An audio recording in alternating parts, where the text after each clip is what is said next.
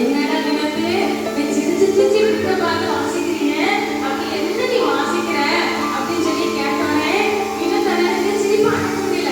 ஒரு நிமிஷம் இரு, நான் உனக்கு கதையை வந்து லாவடியா சொல்றேன், அப்பதான் நான் எதுக்கு சிரிக்கன்னு சொல்லி உனக்கு புரியும் சொல்லி என்ன செஞ்சாங்கன்னா வினோத் என்னன்னா அந்த கதை என்ன செஞ்சாங்கன்னா சொல்ல ஆரம்பிச்சாங்க.